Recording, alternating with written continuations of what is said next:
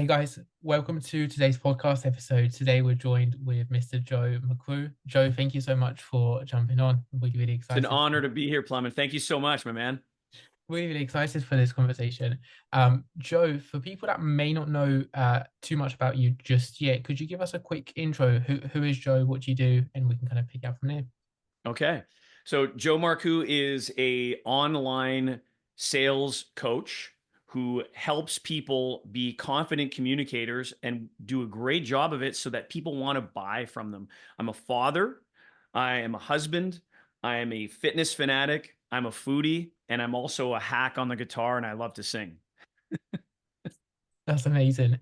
And one question I really had kind of diving straight into it was like your sales trainings and your recordings and your uh conviction and your tonality comes across super strong, super like um super powerful. I guess my question is, was you always into sales? Was you always into that side of things? Like how did that kind of develop? That's a very great question, Plum. And here's the thing: the when it comes to confidence, this is something that's a skill. So the answer is I was never always into sales. How it started was I had an affinity to music when I was younger and I enjoyed playing, and then it was a question of how do you get good enough to be able to play to perform? Because it was always fun to be able to see people smile and move and dance and enjoy it. And then it was a question of okay, apply that, and then performance from music became performance to sing and having this instrument, which is our voice. And then from singing to doing a little bit of acting. And then it became my affinity towards fitness. I had a love of exercise. And my early part of my adult life at 18, I started managing an exercise equipment retail store because I loved it and I wanted to help people live a better quality of life through the benefits of total health and exercise. I had to improve my skills at sales and nobody wanted to be sold. And today it's the same thing. Nobody wants to be sold. They want to get help from a pro and they want to choose to buy. So I went and I dug deep and I dove into personal development. So one of my very first personal development coaches was a guy by the name of Jim Rohn. And Jim Rohn, for those of you that may or may not know, he's Tony Robbins's original coach. So Jim Rohn, Brian Tracy, Mark Victor Hansen, Jack Canfield, T. Harv Eker, Zig Ziglar, Bob Proctor. I've dug deep in all of these opportunities to meet these people live and in person. And it made a huge impact. And what eventually happened was through the power of repetition, it's like doing reps in the gym. You get better at it when you put in the reps.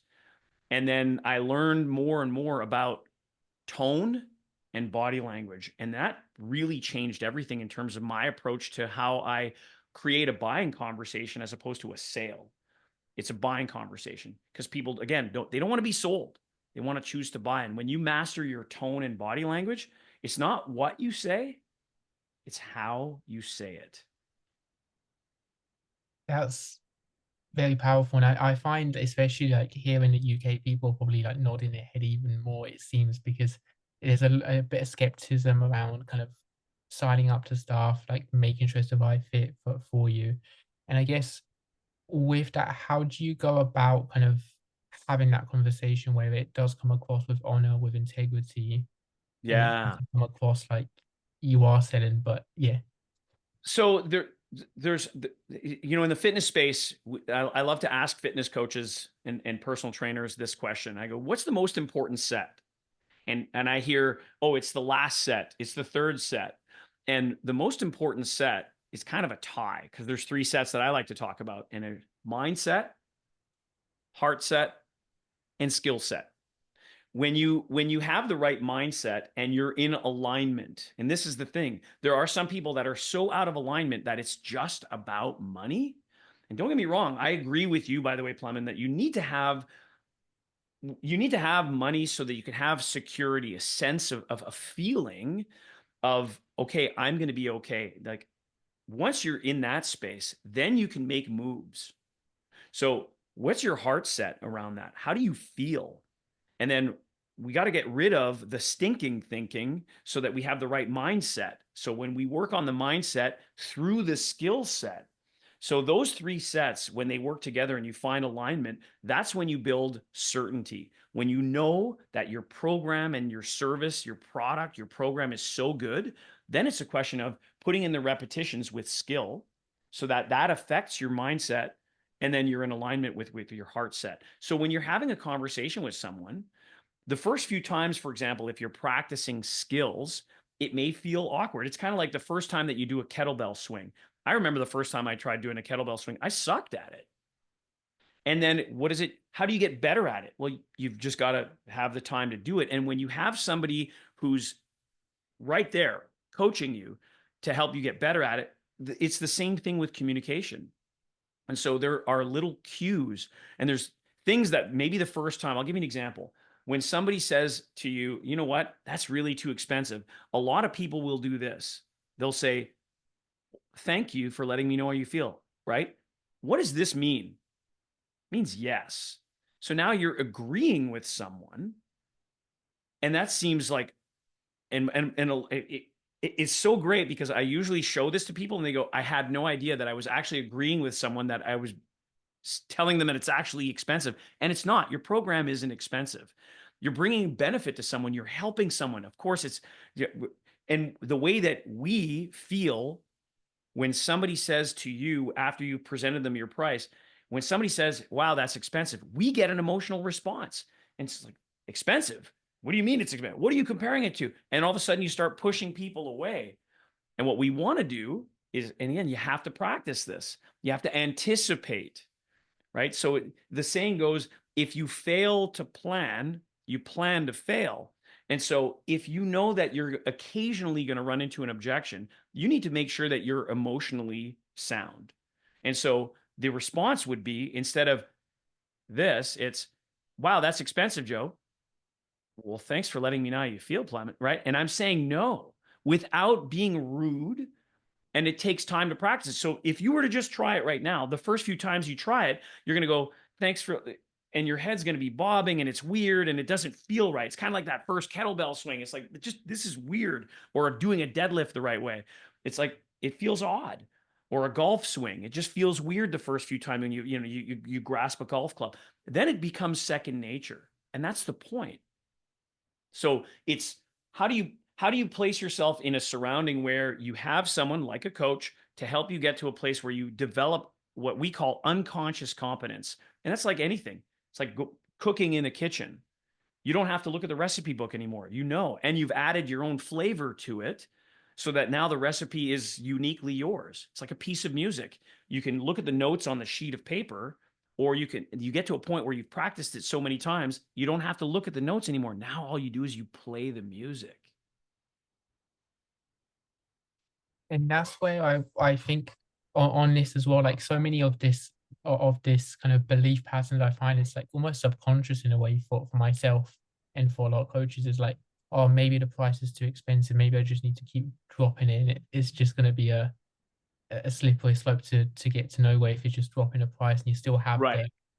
the beliefs in you deep down that it sounds like a lot of it is just channeling and almost overcoming the beliefs around. The first person that we have to sell is ourselves. If I don't believe, like, I can believe that I have a good program. However, if I feel like I'm an imposter in the middle of a conversation, or if I'm getting on a call, and it doesn't mean that you can't feel nervous. Nerves are okay. It's more of the, how confident can I feel? How much conviction do I have? Like, I call it the 3 C's of the sales samurai. The first C is confidence. When you have confidence, people believe you.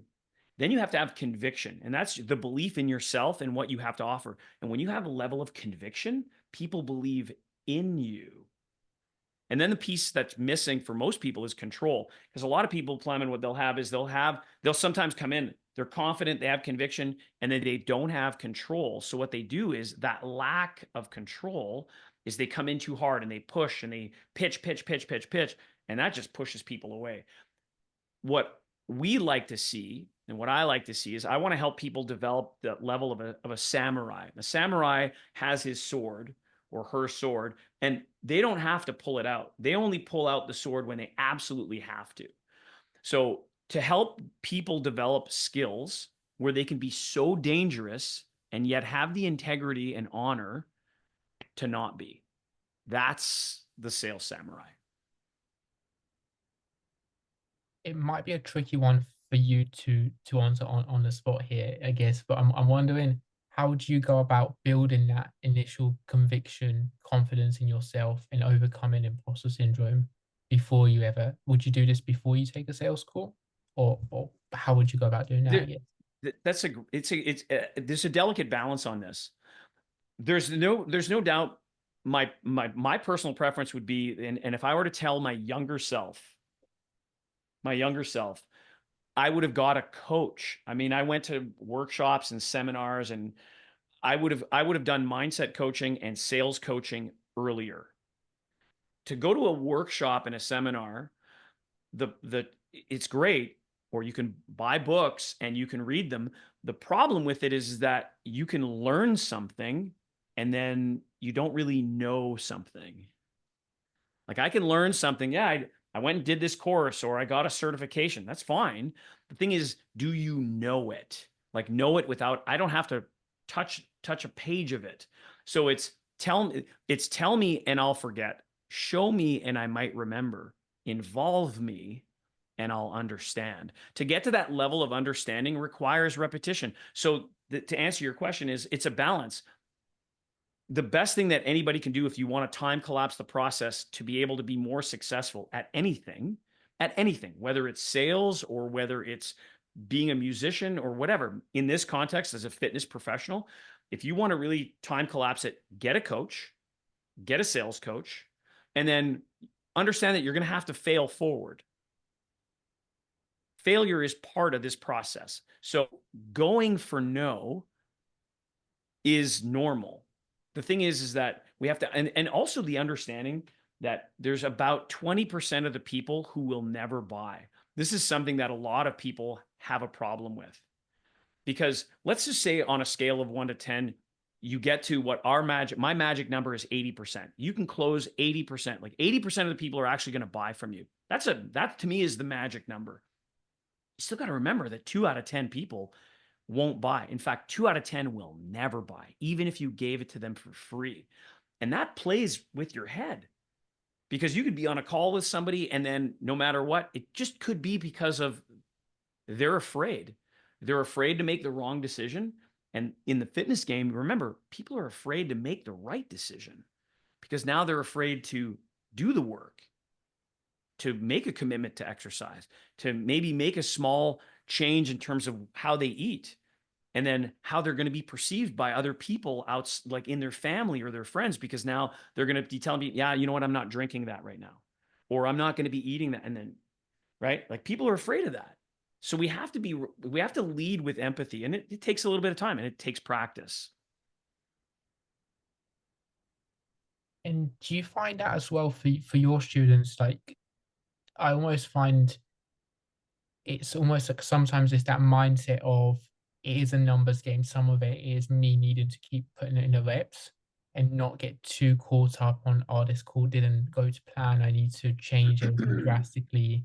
I need to slow down, or I find for certain personalities that are a bit more obsessive and a bit more like wanting to get everything perfect, myself Sure. included, it's quite easy. Maybe everyone's like that starting out as well. Yeah, there are going to be people that will focus on the negative. Say, as a speaker, I used to get caught up with making sure, and we all want to be liked. So you can go and speak to 1,000 people, and 998 people love what you had to say, Plum, and they love your talk. They thought it was fantastic, and then you have 1 or 2 people that walk up to you and they go, "Yeah, I didn't really agree with that." And guess what happens? You focus on the 1 or 2 people. There's 998 that loved what you had to say. They were impacted. They're going to follow through and you're going to make a difference. And you get the ripple effect out to the world and the universe. And then you get 2 people that might have just been, you know what, not my thing. And what we do as humans, we focus in on those two people. And my suggestion would be, you know what? It's not about you, right? Like that's their problem. And so it's challenging because I have one of my students, she's almost a black belt right now. We have different levels of earning your way to a black belt. And she's an excellent coach.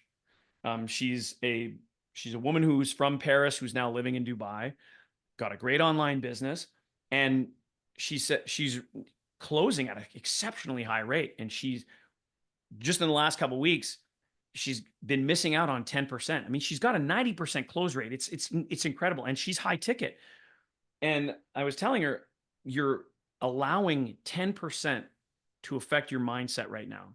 So sometimes this can happen to people. They look at, oh man, I missed this call, or I missed two calls in a row, and then all of a sudden they want to revamp and change everything and hit the panic button.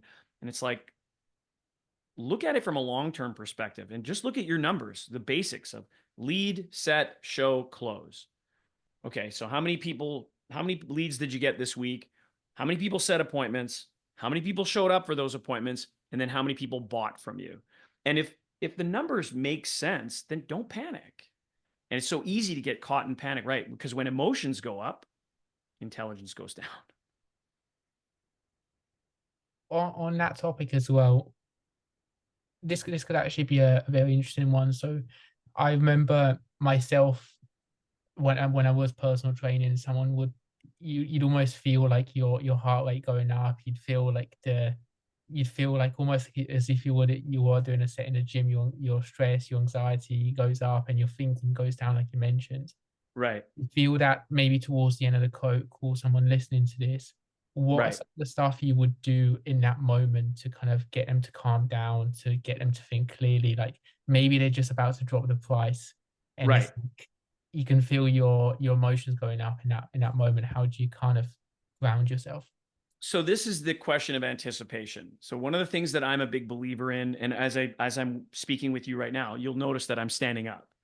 So standing changes your state. So what it forces us to do is it allows you to breathe easier than sitting. So if you stand up, right, now take a deep breath, breathe in through the nose, out through the mouth, especially and calm yourself. Now, there's knowing that you're going to be practicing this, like knowing that this conversation is going to eventually lead to a point where you've earned the right to explain what your unique mechanisms are in your program, and then find out if this person who's you want to help, if this person is confident enough in you. So I want to give you a little hint. I would recommend, before you drop the price, do what's called a temperature check. So it would be, you've gone over everything, and again, I call this a buying conversation roadmap. There's steps that you need to earn to go to the next step before you pitch and before you show your price. So let's assume that we've gone to the place where we've pitched and we're about to show the price. I would stop and I would just say, Plum, so I'm just curious, on a scale of 1 to 10, 10 being the highest, how confident are you that when we work together, we're going to be able to, and then I would go over your SMART goals. So for example, we're going to help you lose that 20 pounds by the 25th of March so that you can get on the airplane, get to Cancun, Mexico, fit into that bathing suit. You can take your shirt off and you've got abs. And more importantly, so that you know that you have a level of confidence that you haven't had since you've been in college, like you told me. On a scale of 1 to 10, where are you in your level of confidence that we're going to be able to help achieve those goals? So what I've done is I temperature check. And the reason I'm temperature checking is this is a skill, okay? People will make a decision based on emotion and they justify it with logic. So the temperature check forces them to give me a number, and numbers are logical. So now if they tell me, well, I'm an 8, well, great, it's an 8, right? You're an 8. Now I need to confidence level on an 8 is it's good. It's not good enough to be able to mention my price yet. So I have to go, okay, so you're an 8. Fantastic. So Clement, what I need to know is what's missing for us to be at a 10. if you have somebody tell you that they're a 6, then you likely missed out on SMART goals, which stand for specific, measurable, actionable, realistic, and timely goals. And then most people miss out on the desire. Most people think, like a lot of startup coaching or salespeople, they think, you know what? If the price is right, people will buy. If the desire is high, people buy. Like, so if you do the temperature check, you find out how confident they are in you. And when you talk about desire, I mean, have you ever done this before, Plummet? Have you ever gone into a store, you weren't looking at buying anything, and you see something that's really, really cool, and I wasn't planning on buying that. And then 2, 3, 4 weeks later, you now see that you have that thing, you own it now because you desired it. Has that ever happened to you? Yeah, yeah. Many Right. times.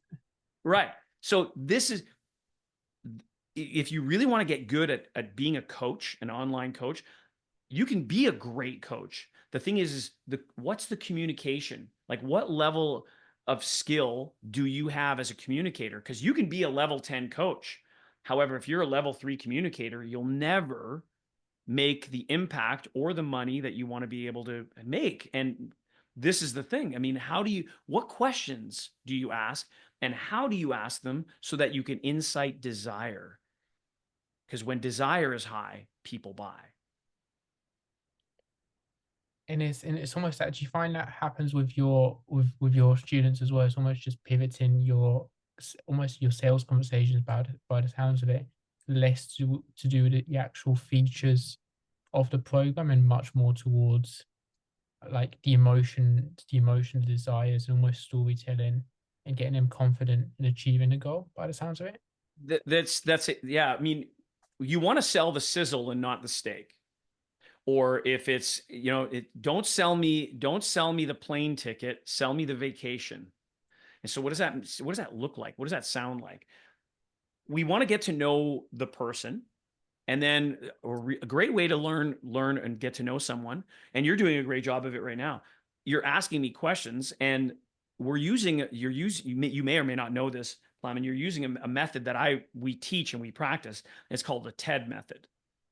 So just think of it this way. TED is your friend. TED stands for tell me, explain to me, describe to me. So you just have a conversation with someone. And once you know that let's say somebody says, I want to lose, specifically in a SMART goal, the S of SMART is specific. They want to lose 20 pounds, and they're currently at 180. They want to get down to 160. So that's measurable. And then they want to do it so that they have, a goal by the 25th of March. So, okay, that's actionable and it's realistic. And then we have a time bound goal. So we have SMART. So now it comes back to, now that we have some SMART goals, and I recommend getting 3, then it's like, okay, so Lyman, tell me and focus in on the pain point that they're in right now. Don't start asking about the future, how they feel when they've lost the weight. Tell me what you see when you get up in the morning and you pass by the mirror. Tell me what you see. Explain to me what that feels like when you see some fat. You're saying you're seeing fat over your love handles. Tell me what that feels like. Describe to me what you think your significant other feels or sees, right? And we got to get them to feel the pain. And we got to double down on where they are right now, because people are coming to a fitness coach because they have a problem. Would you agree? Yeah, yeah, without doubt. Okay. So if they have a problem, then they're living somewhere. And I like to say that they're living on Pain Island right now. We have to remind them where they are right now. They're living in Pain Island, and where they want to be is Pleasure Island. And the difference is that you're the bridge, and they have to pay a toll to get there. And so when we think it's about the price, and we think that we have to lower the price, you're lowering your value. And the truth is that those that pay attention. So you're doing people a favor when you're charging them more money. I know for a lot of people, this is mind-boggling right now. And when you pay a level of money where it's like, this is right on the edge for me, you know that you're going to dig in and you're going to squeeze it for everything that it's worth. And that's the point. You have your people that you're helping. They're going to work hard and it's going to make it easier for you to help them get results so that you're the bridge to Pleasure Island. So focus in on the pain. Then you do what's called future pacing. So it's like, and here's a great sales word. Maybe, Clement, I want you to imagine it's 6 months from now and you've let go of all of that weight. And again, the words that we use make a big difference. We didn't lose the weight. We let it go. Because if you lose the weight, if I said to you, Clement, have you ever lost your keys? Yeah. Yeah. So what does your brain tell you to go do when you lose your keys? Go You got to find go them. in, find your Yeah. keys. Where are my keys? Where are my keys? Right? So if you lose the weight, what does your brain tell you to go do? It tells you to go and find the weight. So it's like you lose the weight, you find the weight. You lose the weight, you find the weight. It's like a roller coaster. It's like a yo-yo, and nobody wants to be on a yo-yo diet. So let's, the way that we speak with people, you can tell them this story and say, you know what we're going to do, because words are spelled and they're spells. And so you tell people, I'm not going to lose the weight. I'm going to help you let it go. We're going to release it for the last time. And that's part of the art form of a buying conversation. And it takes practice. Also, the first thing that came to mind to me was like it like let go sounds so much easier than lose as well. It's like Right. Nobody wants to lose things, really. When you think of it, I don't want to lose a game. I don't want to feel lost.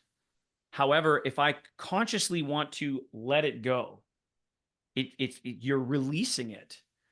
There's something freeing about that. So the power of words and the way that we express those words make a huge difference in terms of how it's received and it's impacted, because people will feel it, and people buy based on emotion and justify with logic. So then you turn around and you go, okay, so on a scale of 1 to 10, and then you get a number from them, and then you get them to 10. And once you get them to 10, you move forward. Now, some people will say, well, I never give a 10. Okay, that's fair. So I would say, so what you're telling me is you never give a 10. So in this context, then, Plamen, we can say that 9 is the new 10 then? Yeah, Excellent. And then we move forward, right? I see. You've dived deep into like the end of the conversation, the kind of objection handling a bit in a sense as well. What would you have any kind of check marks or any kind of frameworks from almost like a start of the call almost to the end? Like, is there any kind of bullet points people need to check off or anything like that as a mentor? 100%. Awesome. 100%. So I have what's called the buying conversation roadmap. And the buying conversation roadmap, if in fact, if you want, if I share my screen, I can actually show it to you. Amazing. I will. Yeah. Oh, that's amazing. That's the first Let's screen. try it Amazing. on your podcast. Let's share screen and see what we got. All right. So the buying conversation roadmap, can you see this? Yeah. Okay. So you're an expert at creating a compelling offer. You want to have an offer where your guest will, and I like to call people guests. They're not prospects. So because they only become a customer or a client when they pay you. So you have to have a compelling offer, an offer that somebody says, wow, I'm curious, I'm interested. And so they book a call. So then you have to aim. And aim, AIME in French, means love. You have to come from a place, right? Remember, I said heart set earlier. And AIM actually stands for alignment, inspiration, motivation, and empowerment. So we need to make sure that when I get on a call with someone, that we're in alignment and that I can inspire them. And motivation, by the way, I can't motivate someone. Nobody can motivate anyone. You can inspire them. What it means is we want to know their motive to action. Motivation. And then the E is empowerment. We want to empower people to do what? To decide. So if you're a fitness coach and you're listening to this, the privilege you have is coaching people. The work that you need to do is creating a buying conversation, is to sell. That's your work. The coaching part is your privilege. You get to do what you love to do. If you don't sell people, then you can't do what you love to do. So it starts with rapport. How do you build rapport with someone? Well, you should do the work before the work. Learn a little bit about them. It's all on social media. It's all online. It's all free. And I'm not talking about stalking people or creeping people.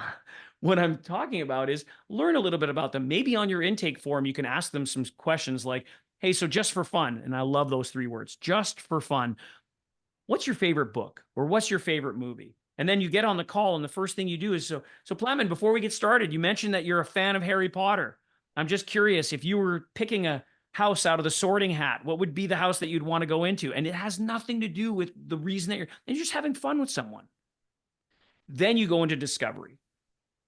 So once you've done rapport, and it only takes 60 to 90 seconds, then you keep focusing on aim, loving someone the correct way, how to win friends and influence people, a book that everybody should read.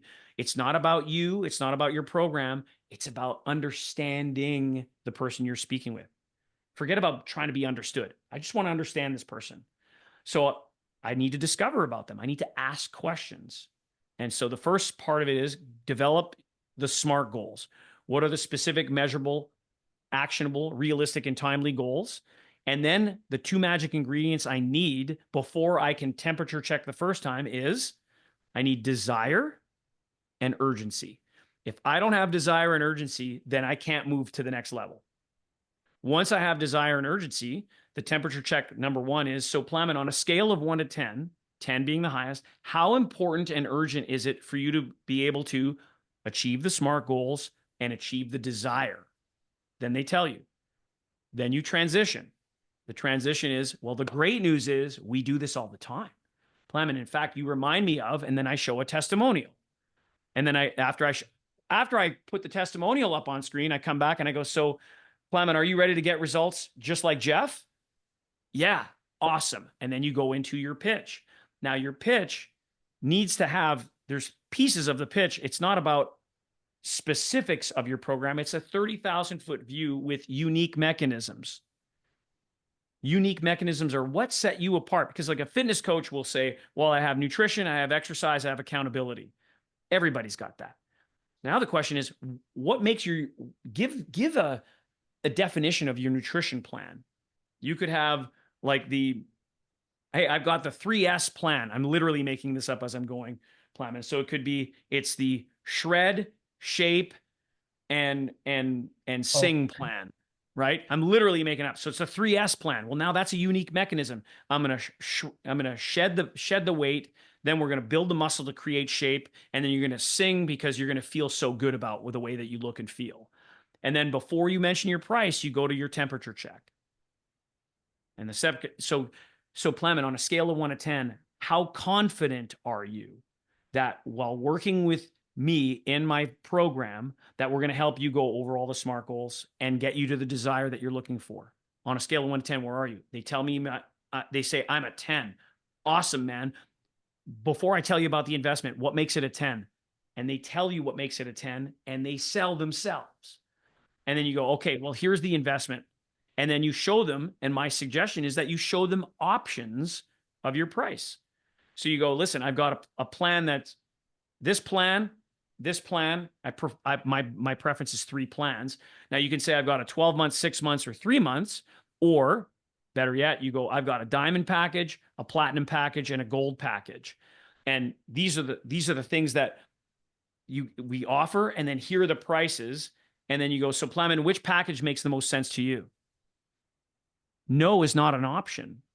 It's which one makes the most sense, because you already told me that you're a 10. So now I'm giving you a choice. And then what we've done ahead of time is we've effectively removed objections before we got there.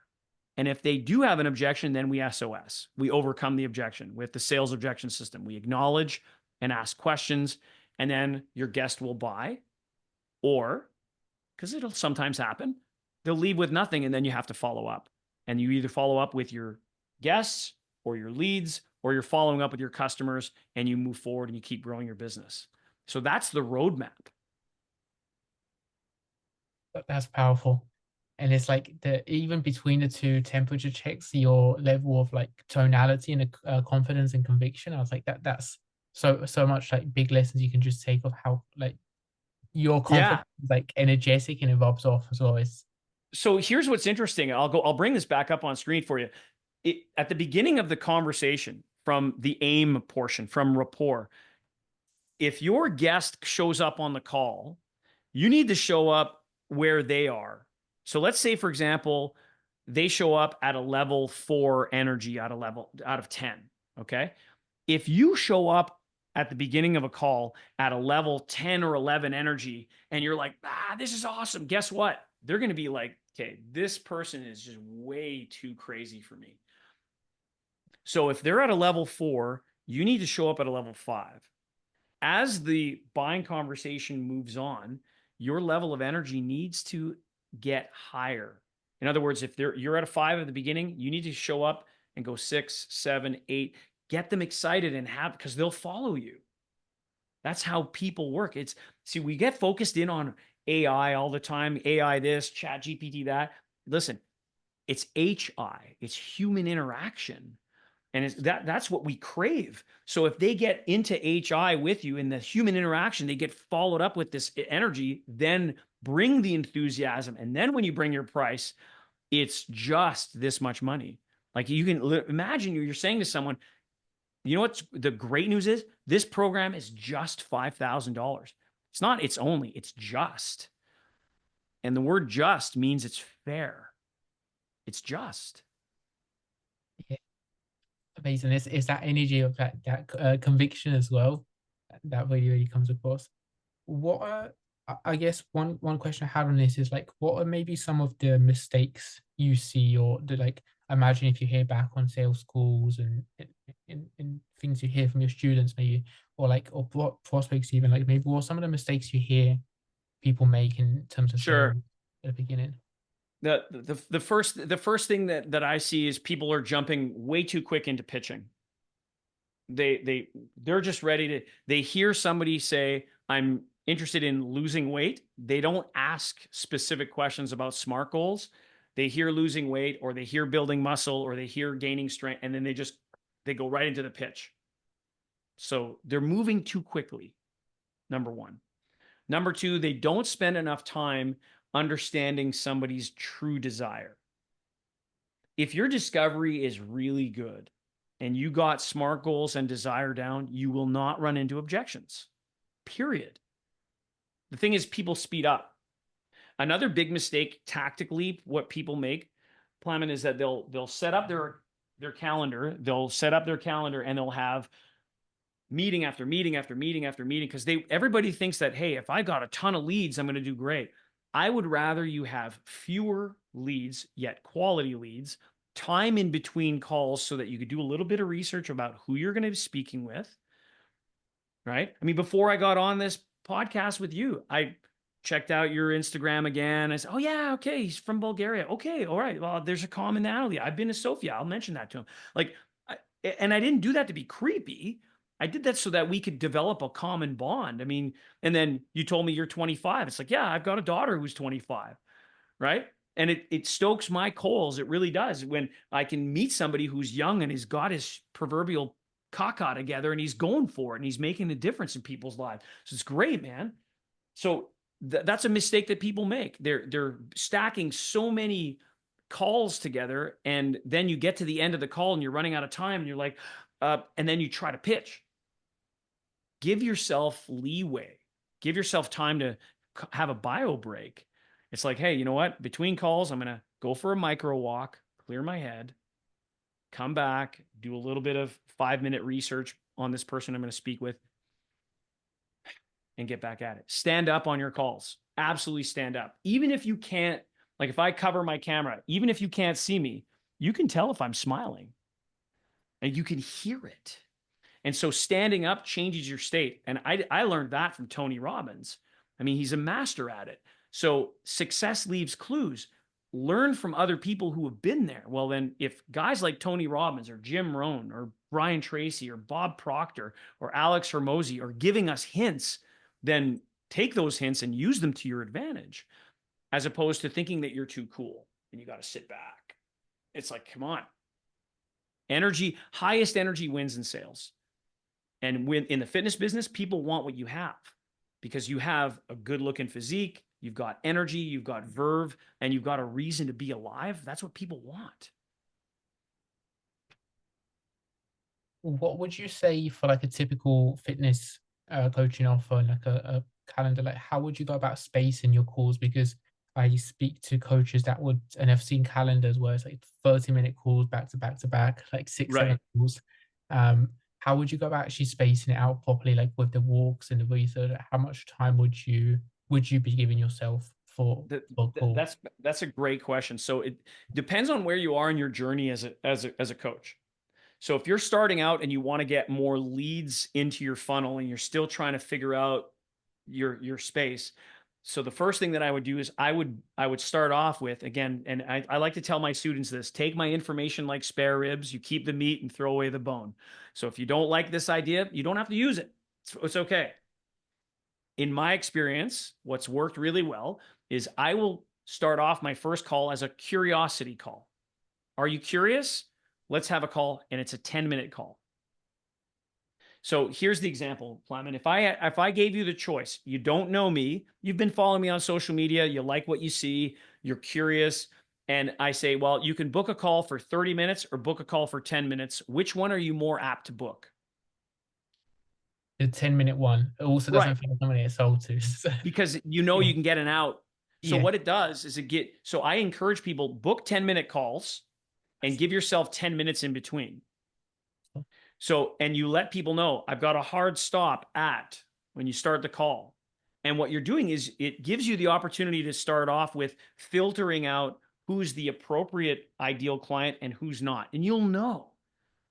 And we have to learn that it's up to us to be able to accept the people that we want. Because the one thing that, Plamen, I'm sure you've dealt with this before. Have you ever dealt with a nightmare client? It's like, oh God, I shouldn't have right? You're smart, right? You've done it.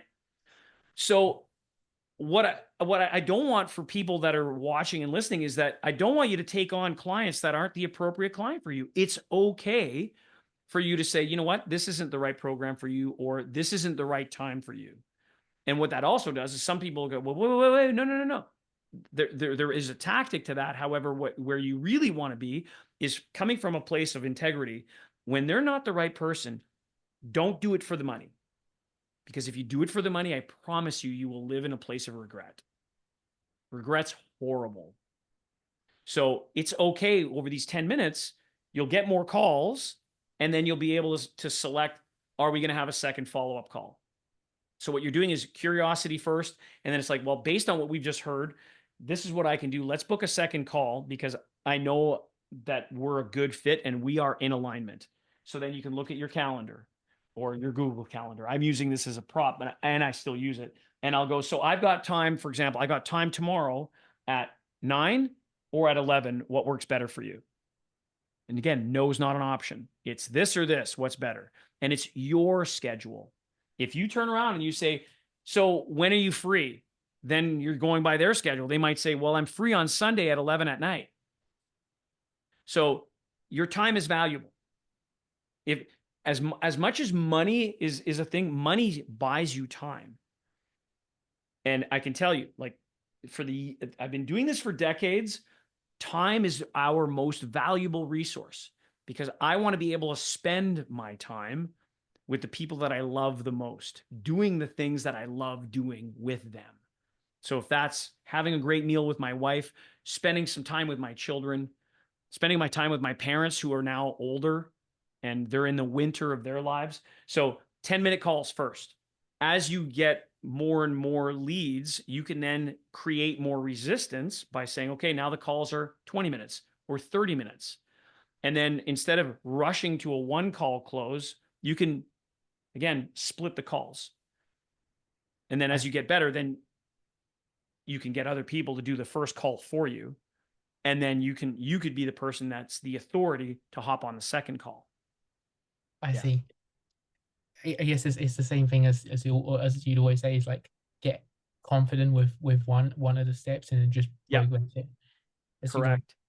I mean, Uh, in a perfect world, wouldn't you want to be at a point where you don't do the sales and what you do is you do marketing and you do like I want you and everyone watching and listening, I want you to get so good that you sell yourself out of the job. That's the goal. Yeah. is that one of the biggest kind of like dreams or biggest kind of milestones you work with your teams and with your clients, and is just scaling them out of Yeah. sales? They want to get to a point where they go, okay, I want to grow my business to go from an extra 5K to an extra 10K per month to I want to have a six-figure business. So some people want to go to six-figure months and whatnot. And they get to a point where it's like, listen, I don't want to be the and we deal with companies and we deal with online coaches that they don't do the sales anymore.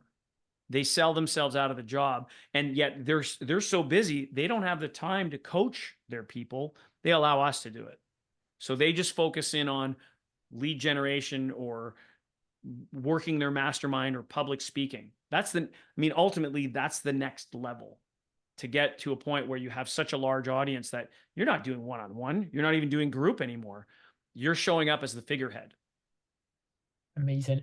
And do you see it? It's almost like you first need to get good at the sales process yourself before you delegate it, or 1000%. If there's one skill that will help you get anything that you want in life, it's sales. And Zig Ziglar used to say this, and he said it to me directly. He said, if you want to get everything that you want in life, just make sure that you help others get what they want in life. So how do you do that? You get to understand them. What do they need? And then serve. That's it. And that's through sales. So the stigma of I don't want to be a salesperson, rethink it. How can I help people? Because without sales, there's no transaction, which means there's no coaching. yeah, and especially in the UK, I'm not sure how it is, Joe, in Canada, but in the UK, it's definitely still there is still a bit of stigma attached to sales and Very not much so. easy. So it's like it's getting out of that. One question I had before this, which I thought be interesting, is like I don't know if you've seen Wolf of Wall Street, Oh, yeah. the Yeah. the Yeah. scene The like Jordan Belfort story. Yeah. yeah, the sell me this pen scene with like an Right. Apple pen. What's your perspective on that? Like, how do you take that, and how would you go about like that kind of I think lesson? it's an interesting scene. So yeah, the first of all, people start going and they start telling about the pen. So before I start to, if I'm going to even sell you a pen, I would say, so Clement, I'm just curious, when was the last time that you wrote someone a letter and not an email? I'm talking about a handwritten note. When was the last time you did that? A very long time ago, like at least 5 6 years ago. Okay. And so tell me, and then I would start asking you questions. And I would ask you something like, who's someone, if I asked you the question, who is someone that you love very much dearly? Who's the first name that comes to mind? My mom or my grandma. Your mom or your grandma. Love it. Okay. So I want you to think about your mom. And I want you to imagine that you're writing her a handwritten note that you're going to put in an envelope, and you're going to surprise her that she's going to receive it in the mail, as opposed to getting it on electronic where she can just delete it. She's going to receive it. What kind of pen would you use? Like a really nice pen. Excellent. Excellent. So are you in the market for a pen right now? Yeah, I would be. See where I'm going with? Yeah, The emotional attachment needs to be there. People will buy based on emotion, and then they justify it with logic. So that it make sense that it just so happens that I have this amazing pen that, and then you can go. I don't have to tell you about how the pens. See, the scene is. Let me tell you about this pen and how it's built and blah blah. Like, who cares? It's is there do you need a pen? Can you see how you could use it? Would it benefit you? Would it benefit other people? And then of course I made the emotional tie.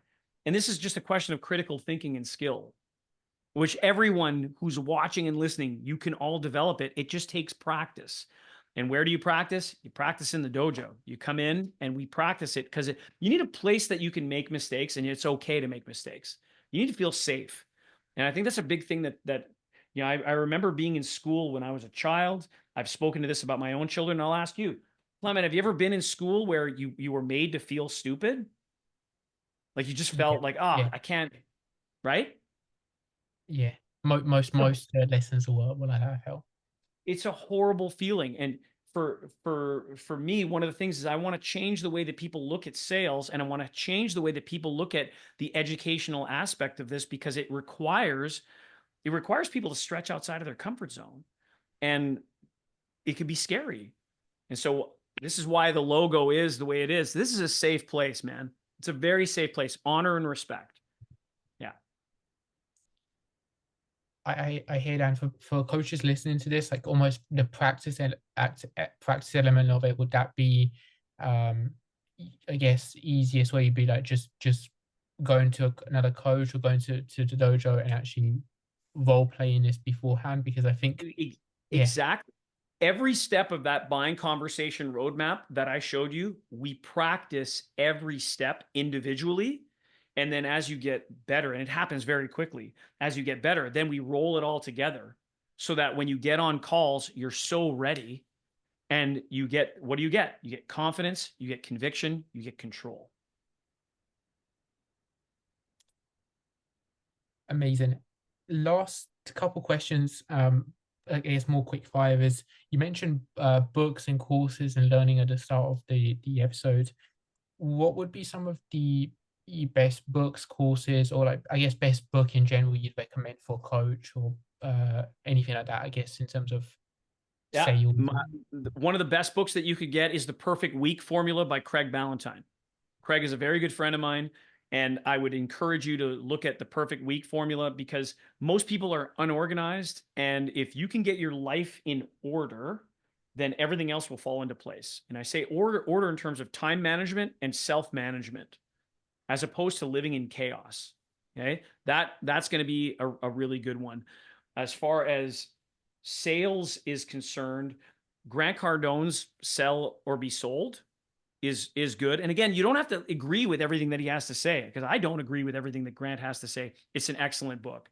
And then there's another book that I would recommend, and you need to have a good offer. And Alex Hermosi's $100 million offers, you need to go there. If you don't have a good offer, forget it.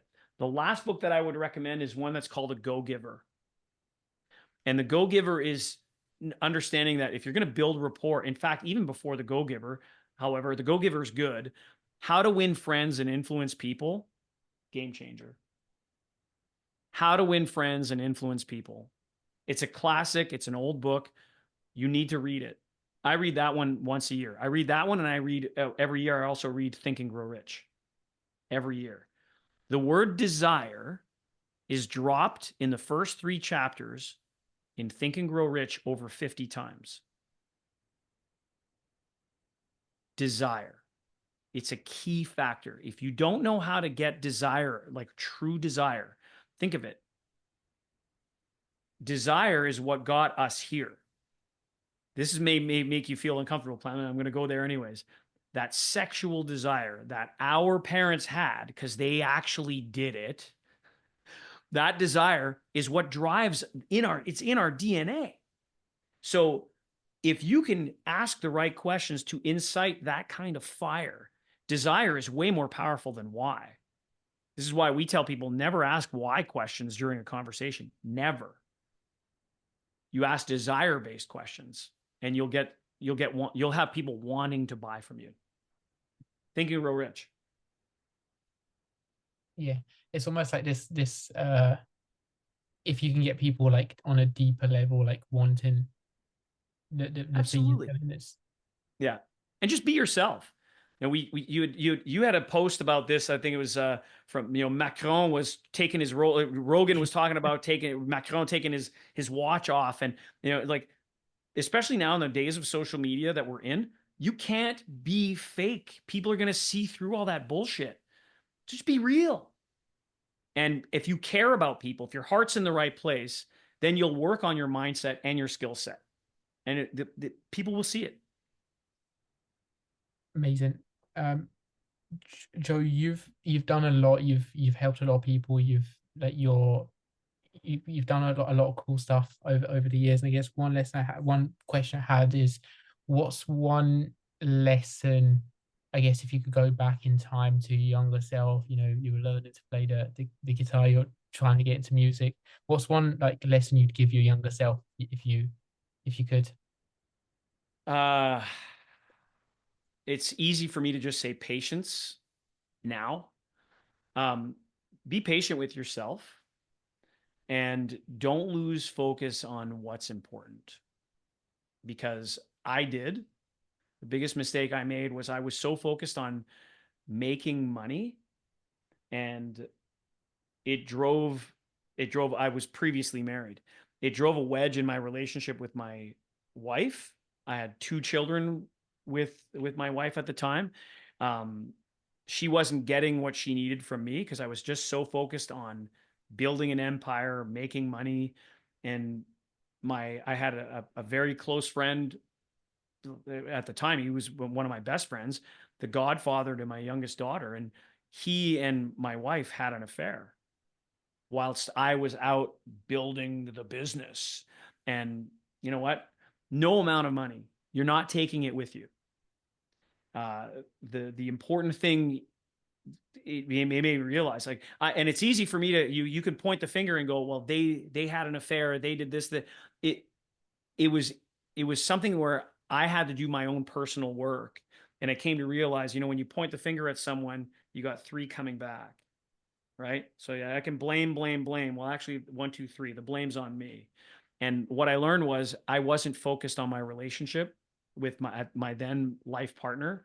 I wasn't focused on what was important because it was my family. And I wasn't even being a good friend because clearly my friend went and did this. So I felt stabbed in the back. It took me a lot of work, therapy. I mean, Clement, I truly, at one point I was suicidal. I thought I'd lost it all because I had the dream house, making big money. None of that mattered. And now I can tell you I have a fabulous relationship with my daughters, and I'm luckily found someone who's just wonderful in my wife Shauna, and she had three children, and we have a blended family. Like, it's honestly, it's a miracle. So I would go back and I would say, don't lose sight of what really is important, because if your heart's in the right place, everything else, it'll just happen, you guys. It'll happen. And I'm lucky, and I thank God for it every day. Yeah.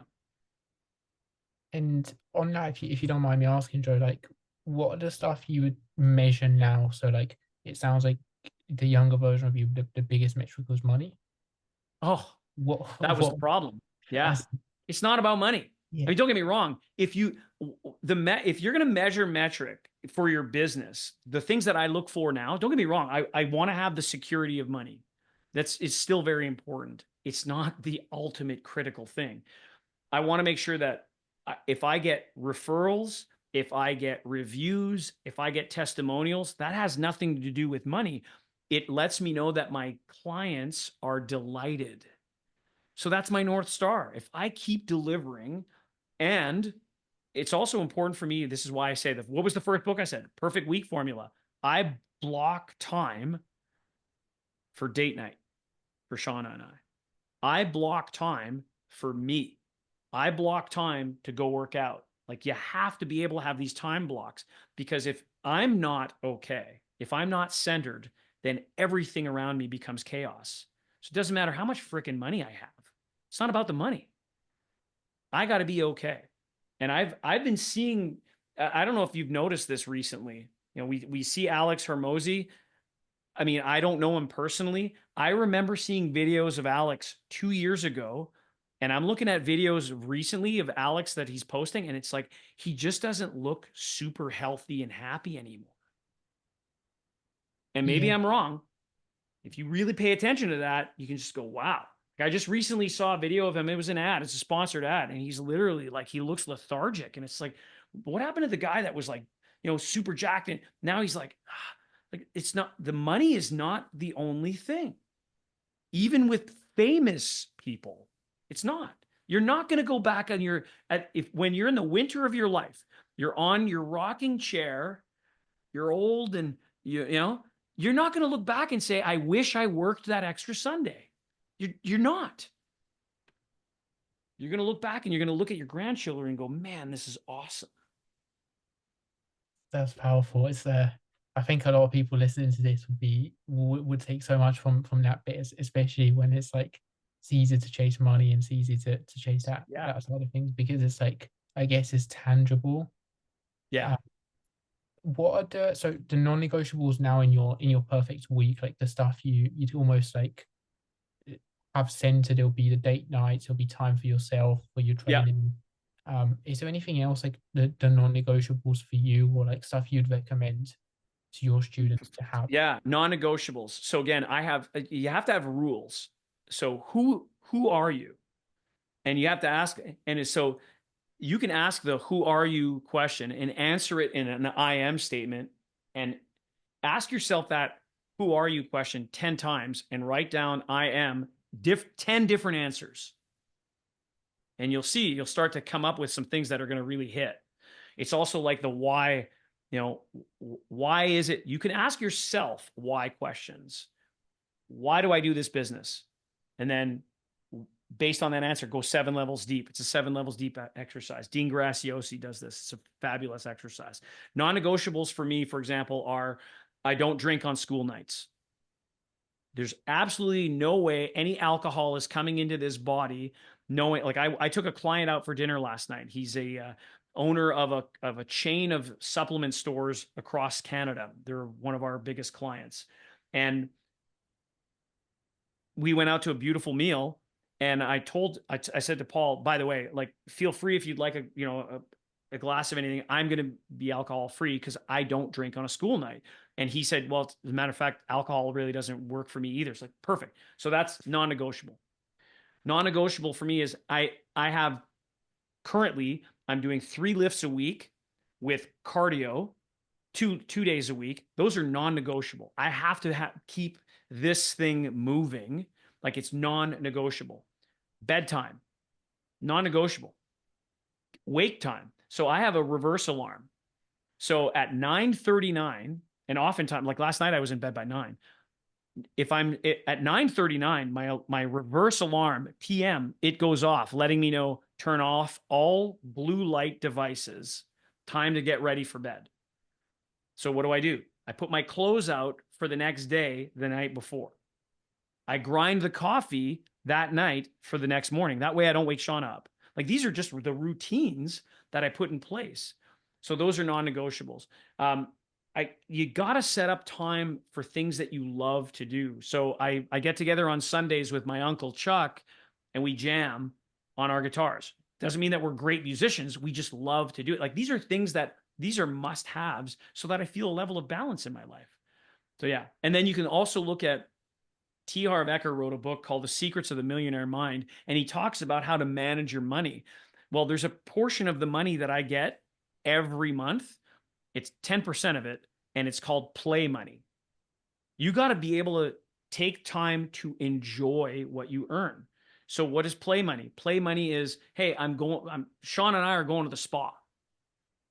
Right? Like, that's play money. Or we're going out for a beautiful meal because that's part of date night. That's play money. And then there should be a certain amount of money that's for long-term saving and investing, a certain amount of money like education. These are non-negotiables. Like, part of the money that you earn needs to go to education, because if you're not consistently developing, then if you're not growing, you're dying.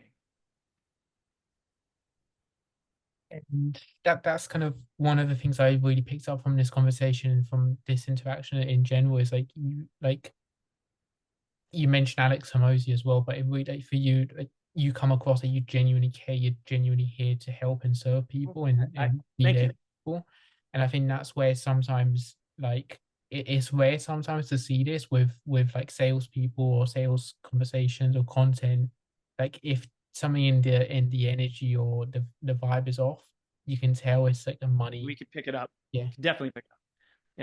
Yeah. And now more than ever, I think that there's a level of intuitiveness that I know that and I say this with all respect, with your generation, right? My daughters are, 25, 28. They can smell the bullshit. So if you smell it, you're not going to buy it. If it's off, if I'm not in alignment. So yeah, I mean, and I'm not disputing the fact that there are some really great people that have loads of money, and I applaud them. It's like going to Dubai. there's people that are doing extremely well that are in Dubai. Fantastic. And instead of being angry at them because they have so much money, I was like, good for you. Just because you have lots of money doesn't mean that you're happy or you're living in a place of joy. Because that's what I'm chasing. If I'm chasing anything, I'm chasing joy. Think of it. Yeah, that's insane. And there's so much stuff you can kind of like you say, get lost in. But I find when you do that, when you are chasing money, like your sales calls, your content, everything drops off because Oh yeah. people sense it. So it's like it's that. It's just a feeling. There's just a feeling. Yeah, And I get caught up in it, Clement, because I don't have this huge following on Instagram. And I'd love one. And then I realize, you know what? It's vanity metrics.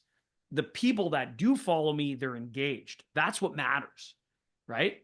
Like I would rather have an engaged audience than have, like a million followers looks great from a vanity perspective. How many of them are bots? How many of them are from a country that don't speak my language? I mean, it's like let's get real. So don't get me wrong. I mean, again, I have an ego like everybody else, so I get caught up in it, and it's like, I talk to my team about it, like, man, what am I doing wrong? What is it? And my team will remind me, Joe, you're not doing anything wrong. We're in the right place. We're doing the right things. So yeah, I gotta I'm not perfect. Got to snap out of it. it's like you mentioned, coming back to human interactions and human That's connection more it. than That's it. Yeah. um, amazing. Joe, where can people find you? So they've gone through your stuff. I know you have an amazing objection handling framework and a PDF. I'm sure. Yeah, I'm gonna give that I'm gonna give that to you. So if anybody watching or listening, they can get access to the guide for free. You can find me on Instagram. I'd love for you to follow me on Instagram. All of the content is in there is valuable. Like you're gonna enjoy it. It's at SOS Dojo. So at SOS, SOS stands for Sales Objection System. So it's SOS Dojo. And what's a dojo? It's a martial arts studio. It's a place where you can come and practice. So it's SOS Dojo, or you can go to sosdojo.com. Yeah. Amazing. The relevant links will be attached. But Joe, thank you so much once again for jumping on. It's an It's been honor and great. a privilege, young man. You're doing some great things. Keep it up. Thank you.